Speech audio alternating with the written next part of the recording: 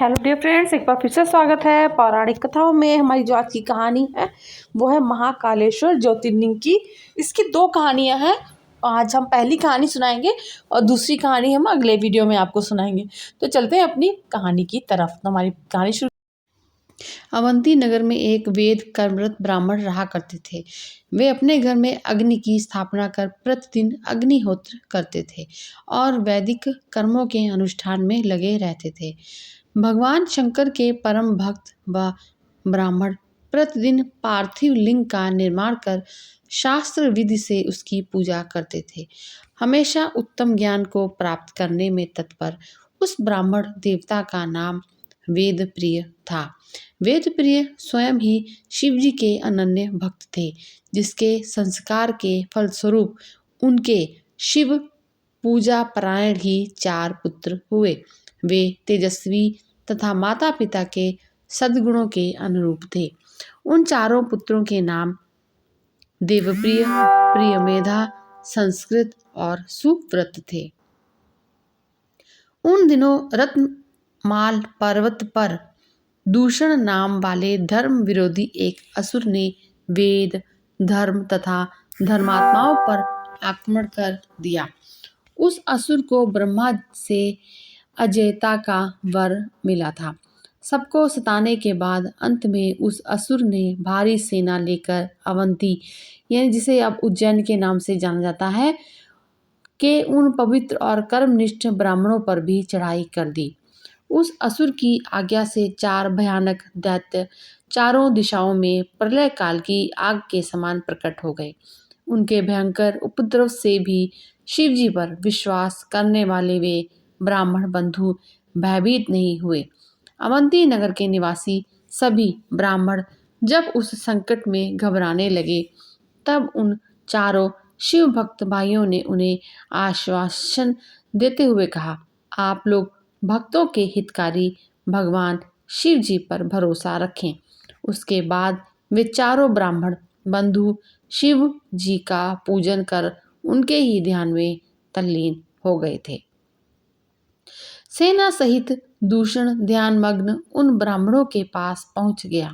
उन ब्राह्मणों को देखते ही ललकारते हुए बोला कि इन्हें बांधकर मार डालो।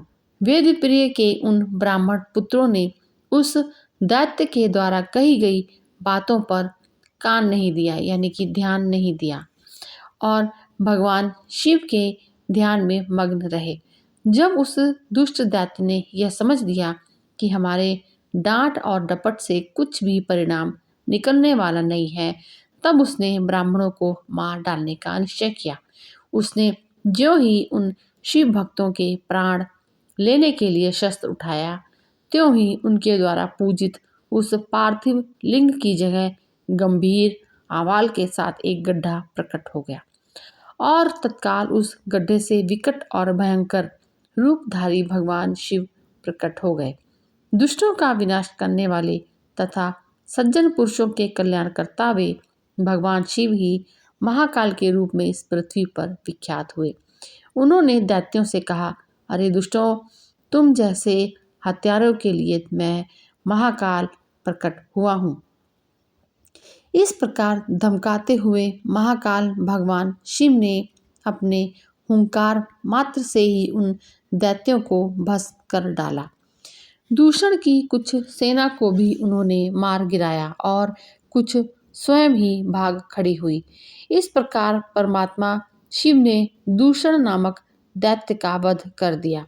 जिस प्रकार सूर्य के निकलते ही अंधकार छट जाता है, उसी प्रकार भगवान आशुतोष शिव को देखते ही सभी दैत्य सैनिक पलायन कर गए। देवताओं ने प्रसन्नतापूर्वक अपनी दंदुभियां बजाई और आकाश से फूलों की वर्षा की।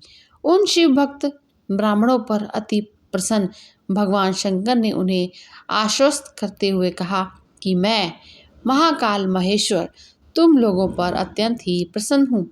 तुम लोग वर मांग लो। महाकालेश्वर की वाणी सुनकर भक्ति भाव से पूर्ण उन ब्राह्मणों ने हाथ जोड़कर विनम्रता पूर्वक कहा, दुष्टों को दंड देने वाले महाकाल शंभो, आप हम सबको इस संसार सागर से मुक्त कर दें। हे भगवान शिव, आप आम जनता के कल्याण तथा उनकी रक्षा करने के लिए यही हमेशा के लिए विराजमान हो जाइए।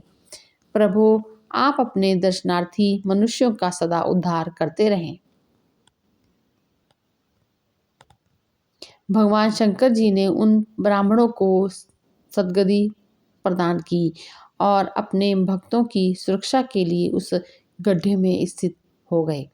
उस गड्ढे के चारों ओर की लगभग 3-3 किलोमीटर भूमि लिंग रूपी भगवान शिव की स्थली बन गई। ऐसे भगवान शिव इस पृथ्वी पर महाकालेश्वर के नाम से प्रसिद्ध हुए। तो फ्रेंड्स, ये थी हमारी आज की कहानी। कहानी के दूसरे भाग में मिलते हैं आपसे, और कहानी सुनने के लिए आप सभी का बहुत बहुत शुक्रिया।